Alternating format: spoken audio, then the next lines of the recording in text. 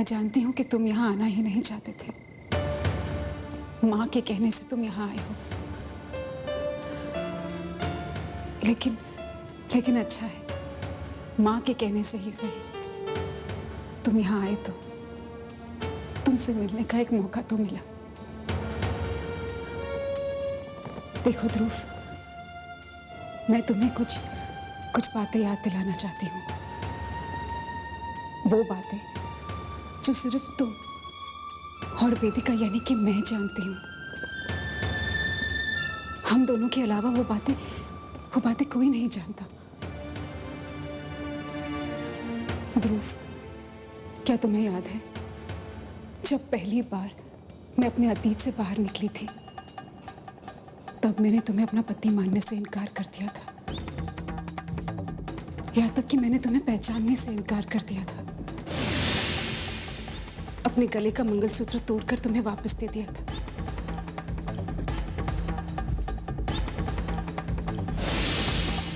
याद करो ध्रुव। और फिर तुमने मम्मी जी की खुशियों का वास्ता देकर मेरे सामने एक शर्त रखी थी, और मैंने वो शर्त मान ली और तुम्हारे साथ घर आ गई। और फिर हम दोनों के बीच एक दोस्ती का बंधन जुड़ने लगा, और धीरे धीरे वो बंधन कुछ और आगे बढ़ा।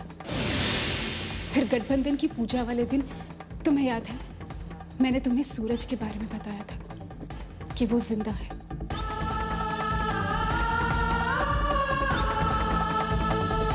और फिर तुमने मेरे लिए सूरज की तलाश शुरू कर दी, और आरती और सूरज की शादी वाले दिन सूरज अचानक हमारे सामने आ गया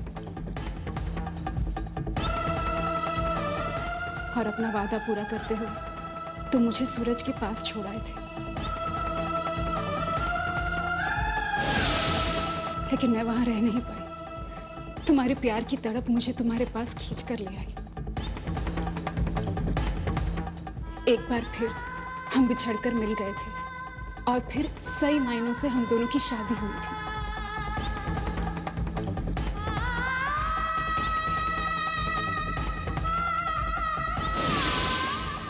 एक बार फिर मैंने तुम्हारे घर में गृह प्रवेश किया था।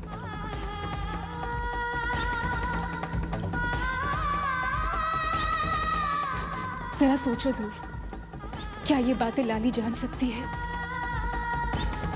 नहीं ध्रुव, ये बातें सिर्फ वेदिका जान सकती है, तुम्हारी पत्नी वेदिका यानी मैं। ध्रुव प्लीज एक बार अपनी आंखों से ये शक का पर्दा हटाकर देखो, मेरी तरफ देखो, तुम्हें यकीन हो जाएगा कि मैं ही वेदिका।